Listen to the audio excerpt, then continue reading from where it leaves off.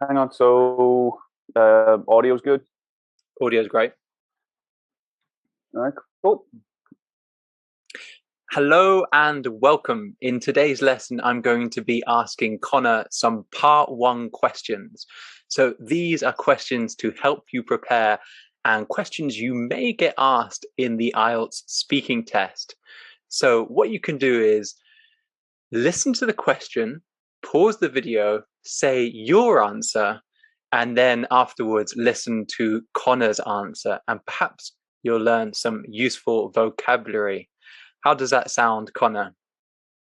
Sounds good. Maybe their answer will be better than mine. Yes, it's a possibility. Although, Yeah. from my experience making videos with you in the past, your answers tend to be very, very good.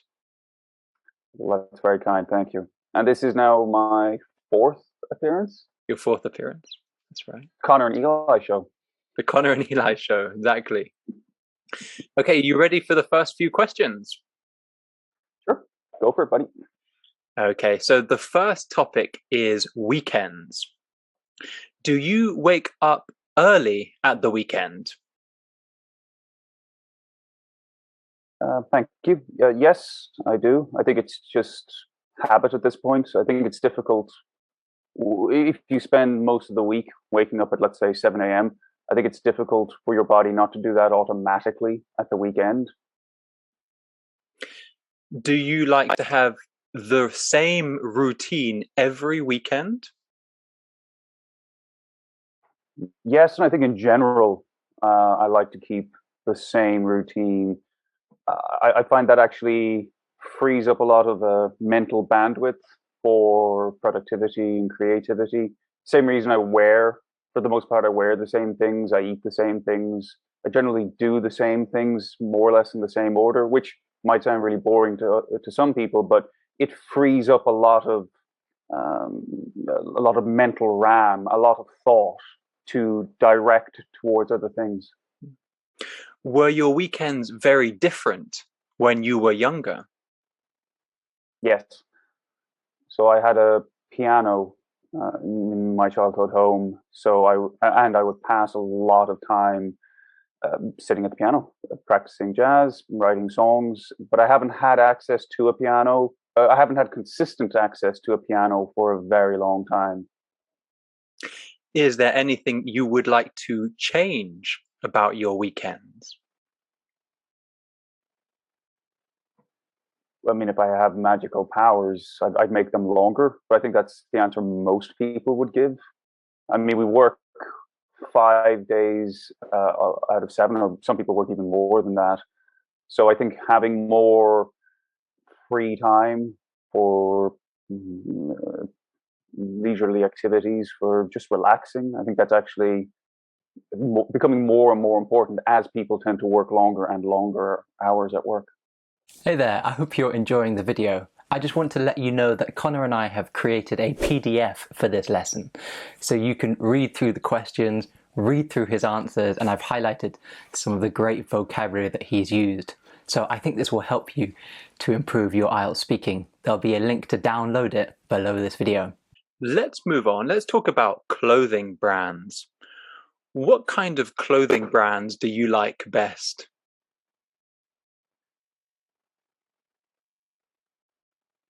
I honestly don't even know how to answer that question. I don't have any clothing brands, by which I presume you mean Nike, Adidas, Nike, Adidas, that's right. Adidas, Dolce. I don't know. Does Dolce and Gabbana make clothes? I truly have absolutely no conception of branded clothes. I don't buy them.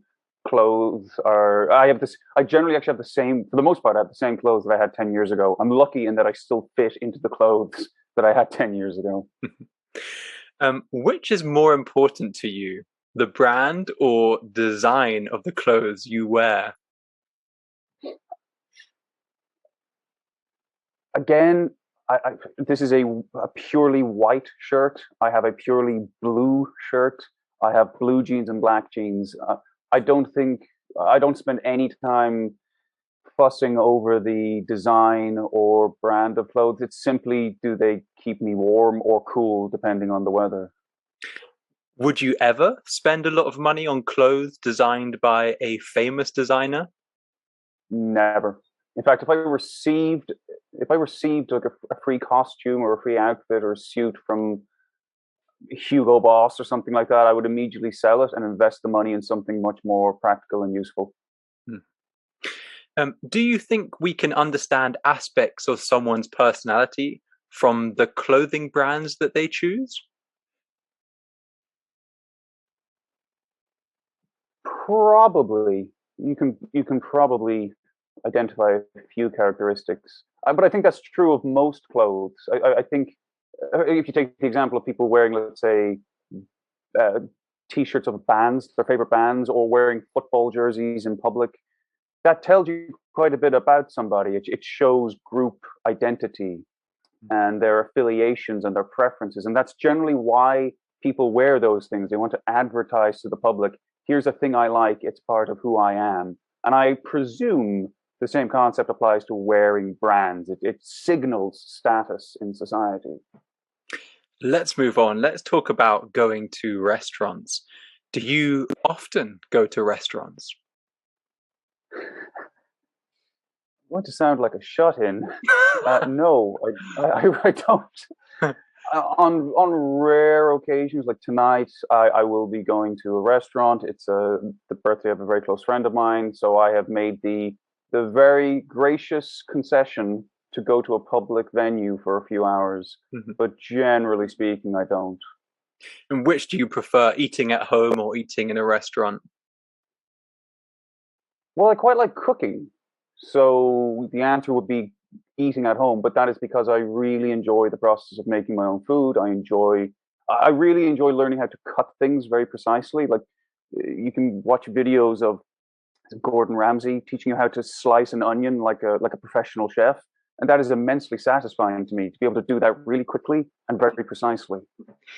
Have the kinds of restaurants you like changed over the years? Yep, absolutely. So when I was a child, I was borderline obese, and I loved going to McDonald's and fast food restaurants. Whereas now, Italian, Japanese, and Korean food in particular are, I would say, my preferred styles of food. How do Sorry, excuse me, and restaurants. you, how do you choose which restaurants to go to?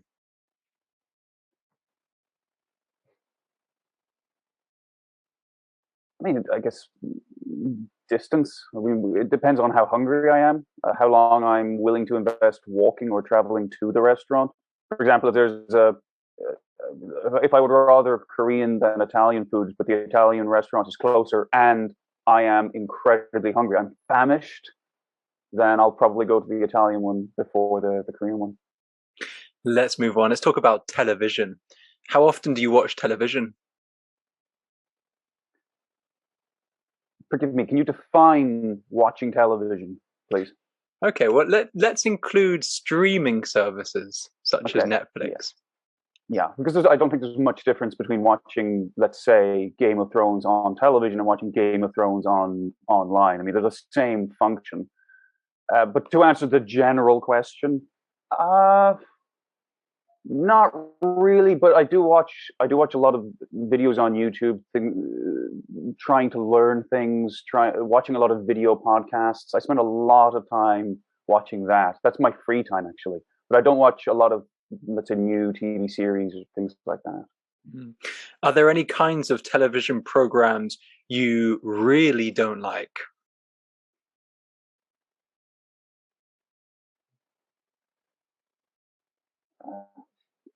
Not, I mean, not really. I mean, one of my favorite shows is it's a Canadian reality television show called Kenny versus Spenny. I watched that when I was growing up. It had an immense impact on the way I see the world. Now that's a reality TV show, and I would ordinarily say I really dislike reality TV shows, but there are exceptions to most statements, and an exception to that would be I dislike most reality television shows, but one of my all-time favorite TV shows is in fact a reality TV show. Would you like to be on television? Depends on what capacity I would appear, or in what capacity I would appear. If I were the host of the news, that would be quite fun, I think, being the face of news. But if it was, if I had to appear in a reality television show, for example, no, I really would not enjoy that. This video is brought to you by me. If you're preparing for the IELTS test, then check out my website englishprotips.com, where you'll find some IELTS preparation courses to help you ace the exam. So you'll find a writing course, a reading course, a listening course, a speaking course, and a vocabulary course as well. So if you want to get a high score in the IELTS test, check out englishprotips.com. See you later. Let's move on. Let's talk about jewellery. Do you like to wear jewellery, Conor? No, I do have one watch. I do have one wristwatch. I usually wear it when I work, but it's an old style. Well, old style. It's an 80s style calculator watch, made famous by Marty McFly and Heisenberg from Breaking Bad. But other than that, I don't wear any jewelry. I immensely dislike seeing people wearing gross amounts of accessories. I just find it odd. But also, I should say, I used to play a lot of music, so wearing things on my wrists or my hands just felt weird when playing an instrument. Mm. What type of jewellery do you think looks nice?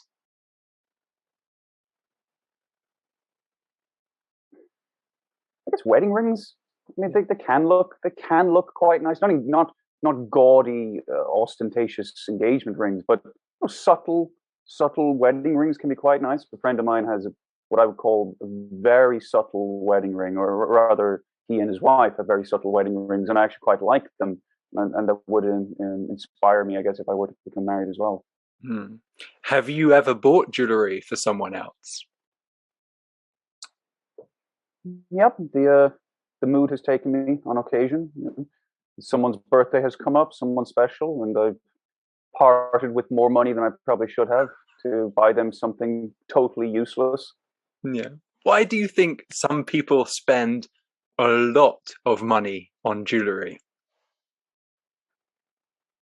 I think it's the same reason people spend a lot of money on anything. I mean, I had this conversation recently when I reflected on how much money I spend on climbing, and climbing is actually a surprisingly expensive pastime. And if I were to add all of that up over the course of a year and compare it to what people spend on jewelry, it might be comparable, or the differential might not be as great as I think. So people spend money on things they like, and my attitude is and has always been: if you work hard for your money, buy whatever you want with it. You've earned it. Okay, let's move on again. Let's talk about desserts. Do you like to eat desserts after eating dinner? Nope, never. See previous comment about being again an actually obese teenager. I am quite disciplined about this. I don't eat desserts. Though I should say at this point, I can't remember the last time I ever had the desire to even eat dessert or eat chocolate. I never have that instinct that, oh, what I really want right now is some chocolate. It never enters my mind. Are there any special desserts from your country? I'm Irish, Eli. We're not exactly famed for our culinary innovations, so no. Have you ever made a dessert? Anyone who knows me is probably saying this answer already. Yes, I used to. Again, when I was younger, I used to take a strawberry cheesecake and a lemon cheesecake, and I would put ice cream on top of the strawberry, and then I would put the lemon on top of that, and I would create what I deemed a cheesecake cake. That was the ultimate cheesecake. Dessert. The ultimate cheesecake. Why do you think some people enjoy making desserts? I mean, it might vary by culture. Some people might just like sweet things. Others, I think desserts, they tend to be a little bit more ornamental and decorative than, let's say, a steak or like a main course. So you can perhaps be a little bit more creative in the production of a dessert. Let's move on. Let's talk about shopping centers. I feel like I already know what you're going to say. Do you often go to shopping centers? No. Though to be fair, I do recall visiting one in Stockholm. I was in Sweden on a trip, and I went to a climbing gym which was located in a shopping mall, which was very odd because yeah, you're climbing, falling, and right across the way, right across the corridor, I guess. There's a bunch of people eating McDonald's, like watching everybody exercise. This was a bit unusual. Do you prefer large or small shopping centers? I rarely visit either, so I can't say I have a preference. Why do you think some people really like going to shopping centers? Yeah, for some people, buying things is a source of comfort or a source of reward, or it's an activity, or it's something that they share with other people. So there could be a personal or an interpersonal dimension to it, and I don't know. But I would say that there are many valid reasons to want to go and do something with other people, the same way you and I might go climb. It's a shared activity. Okay, let's move on. Let's talk about free time. Do you prefer to be active or relax in your free time?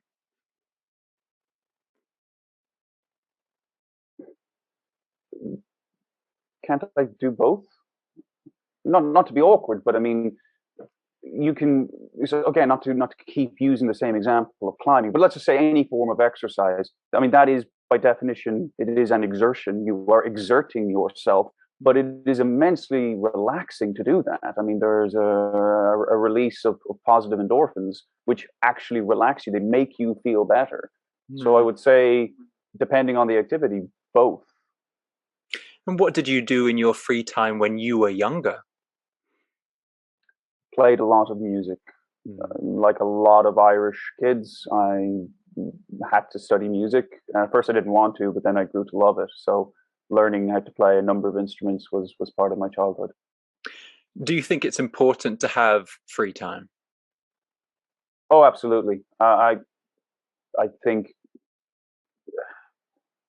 I think investing as much of your mental energy and resources into maximizing your free time is more important than your work. I mean, you work to live, you don't live to work. I mean, I think that's the general motto of the French, and it's a rare point of complete agreement. Do most people in your country have enough free time? So in Ireland, I would say probably. In France, I would say absolutely. I mean, the work week in France is possibly the lowest in the developed world. I mean, I believe technically it's a 35-hour work week with quite a lot of guaranteed vacation time, lots of national days off. So yes, I don't think the French want for free time. Let's move on. Let's talk about plants and flowers. Do you prefer plants or flowers? I'm not a botanist. I have no preference either way. In terms of no, I guess it's not true.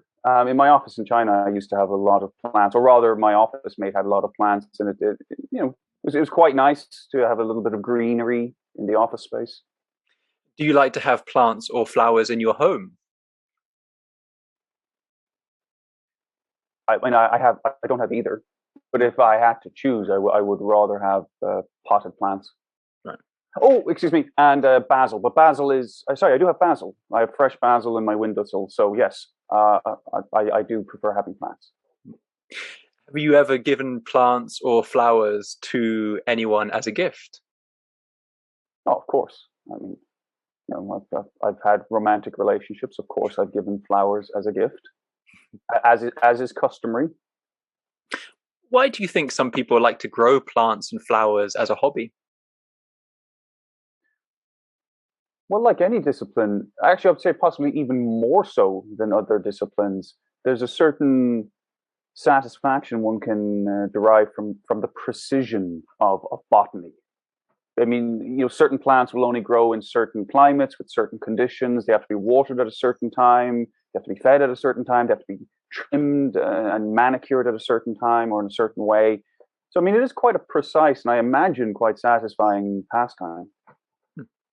Let's move on again. We're going to talk about singers. Do you have a favorite singer?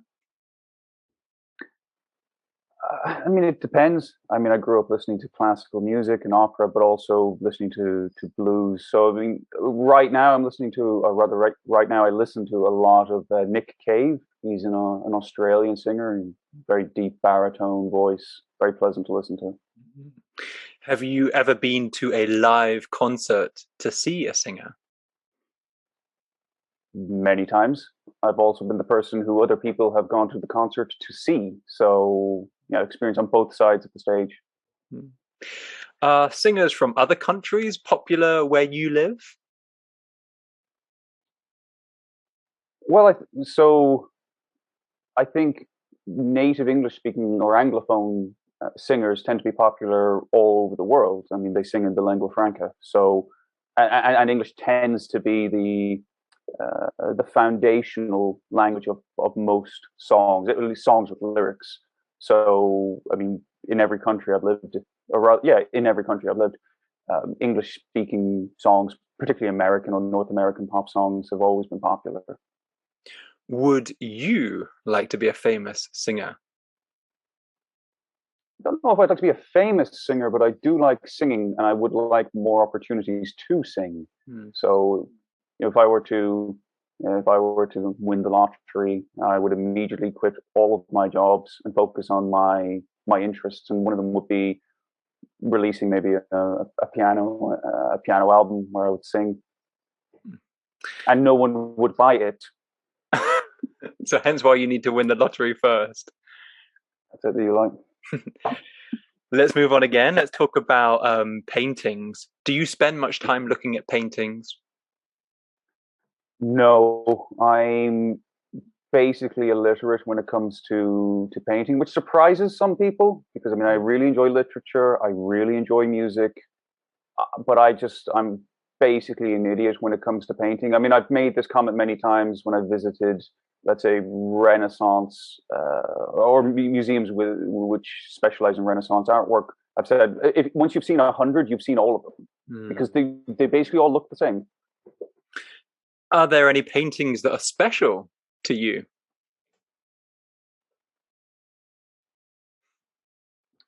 Well, yes. So I used to date a painter, and she did a very large, like a wall-sized, I think it's called a mural.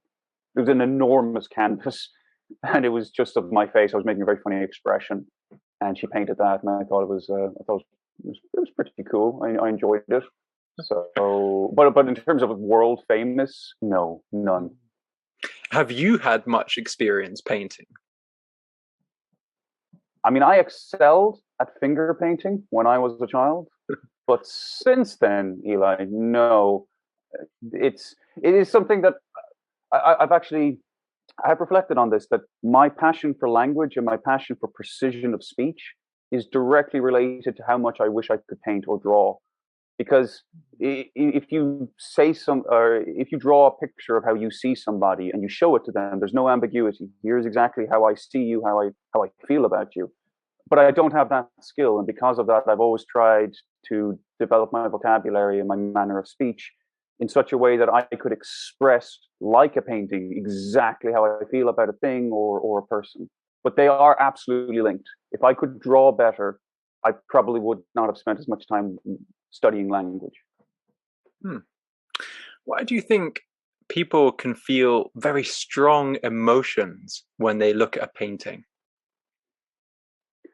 I imagine I have to imagine it's the same or very similar mechanism as to why people feel catharsis when they listen to music. I mean, that strikes me very very strongly. So the catharsis, the feeling of experiencing emotion when listening to music, I have to presume it's the same when people look at art. Now, I don't feel it when I look at art at all, but I feel it quite acutely when I listen to certain music.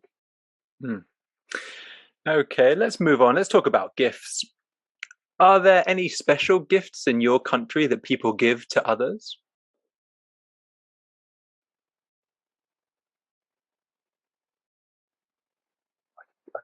I honestly can't think of any outside of the normal holidays where people exchange gifts. I can't think of a precise style or example of gift like hongbao in China, the red envelopes. That's a very iconic and symbolic gift in China. I can't think of an equivalent example for Ireland. Are there any gifts that you have received that were especially important to you? I did receive a very nice gold pocket watch when I was 19. I still have it. I mean, it's one of the very few ornamental possessions I have. I mean, I don't use it. I just have it, and it's very pretty. I do like pocket watches. I used to collect some when I was a child. I've always just liked the old Western cowboy style or aesthetic of having a pocket watch on a fob, I think is the name for the chain. Mm. And have you received a gift that you didn't like? Many times, but that's nobody else's fault. I am notoriously difficult to buy presents for because I I don't I don't acquire a lot of possessions. So here's the thing. My attitude has always been, you can't offend me with money. Like if you want to give me a gift, just give me money. Now again, I don't want gifts. You don't have to give me anything.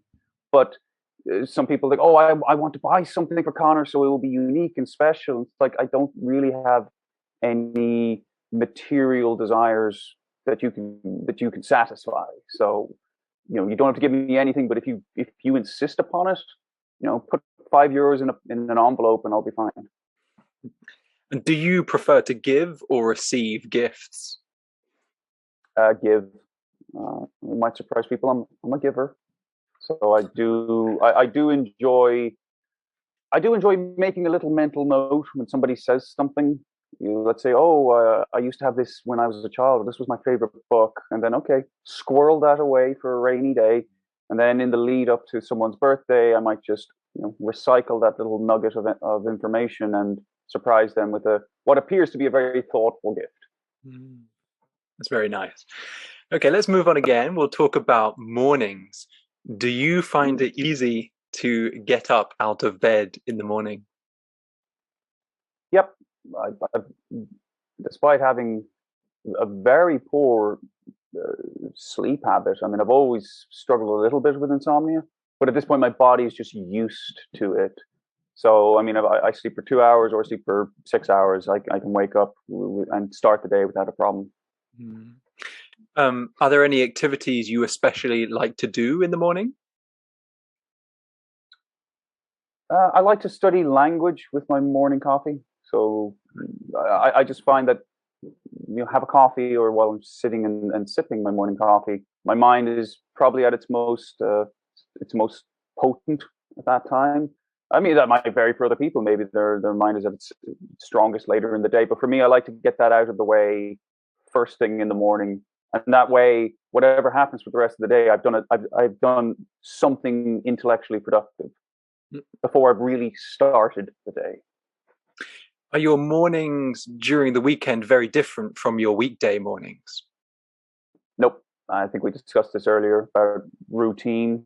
The only difference would be, I guess, the exigence with which I have to complete certain tasks during the week. I mean, if I have to go to work or have to go and finish a project for somebody, then I can't invest as much time, let's say, studying language in the morning. It might only be 20 minutes, whereas on a Saturday or Sunday, I might be able to sit for 40 minutes. What would your perfect morning be like? Quiet. Just quiet, coffee, maybe some music in the background, and then a 5 egg omelet for breakfast. And that's 2 whole eggs, 3 egg whites, trying to keep the cholesterol down. 5 eggs. 2 whole eggs, 3 egg whites. So Right. just to be clear, mindful of cholesterol. Okay, that's still a lot of egg. Let's move on. Let's talk about let's talk about mobile phones. Do you carry your mobile phone with you all the time? No, and this is shocking. Like, I'm a bit disciplined about this. I do like to go for a walk every day and not and without my phone, or spend some amount of time completely disconnected from my phone. And whenever I discuss this, people often say, "Oh, but what if an emergency happens?" And I always respond, "Well, how many emergencies have there been in your life? I mean, really and truly, how many emergency life and death phone calls have you missed in your life?" And that should not be that, and that's a nonsense justification. It's just those people just want to scroll through Instagram, and that's fine. But I want some time every single day where I'm left alone, completely disconnected. What do you use your mobile phone for most? Uh, Listening to music while I'm exercising, and then I have a lot of apps for well, obviously for study. I mean, people use apps to facilitate learning or to facilitate their hobbies, but very rarely. I mean, I can't remember the last time I actually used my phone for a phone call or received a phone call or sent a text.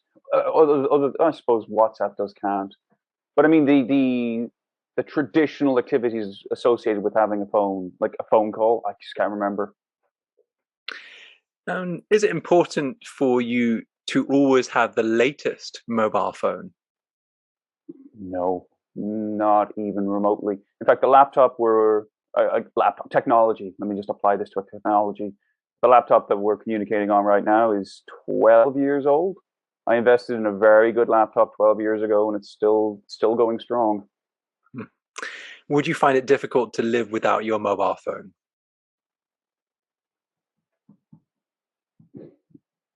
I mean, it depends on the context. I mean, if you're somebody who needs to use their phone for work or for their business, well, then yes, that would be very, very difficult.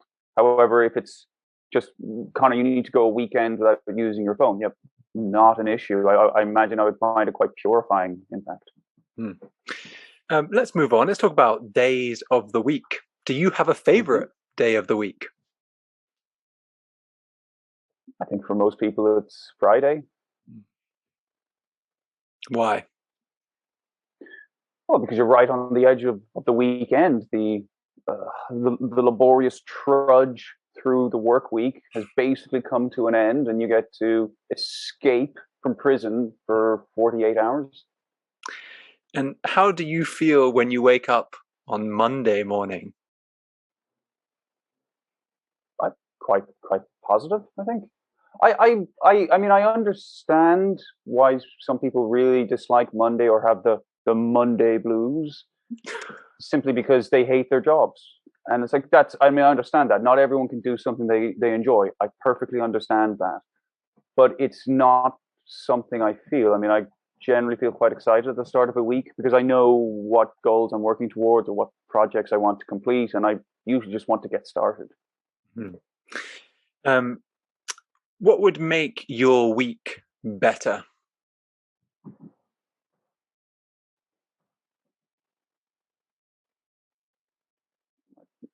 I think I've said before, I mean, working from home generally would make the work week better. Mm. And simply because working from home increases the amount of time you actually have, or the amount of disposable time you have. And that's time that you can invest improving yourself, generating additional income streams, doing nothing if that's what you want. Mm. Okay, let's move on. Let's talk about soft drinks like Coca-Cola. Do you have a favorite soft drink? No, I don't. In fact, people consuming or ingesting, I should say, sugary carbonated drinks. I mean, to each their own. I'm not going to judge people for what they do, but I do think that that's an enormous contributing factor to people struggling to keep their weight down or to follow a diet, because people drink far more calories than they actually realize. Like a glass of orange juice, they think, oh, that's a lot of vitamin C, that's good, but that glass of orange juice might be 300 calories and a lot of sugar. And similarly, A glass of Coca-Cola has an inordinate amount of sugar. Mm. Do many people in your country drink soft drinks? In Ireland, I think so. Yes. In France, I don't see it that often. To be perfectly honest, I think every time I see people really drinking would be coffee in bistros, or at a certain hour, usually around 7 or 8, people have an apéro, which is a light alcoholic drink before dinner. When was the last time you drank a soft drink?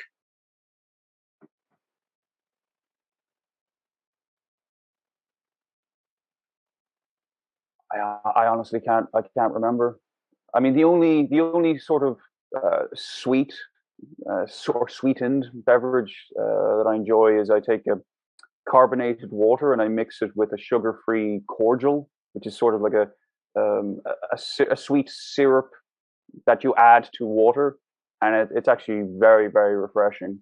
It's like a virgin cocktail. There's no alcohol in it, but it tastes really good, and there's no sugar. Okay.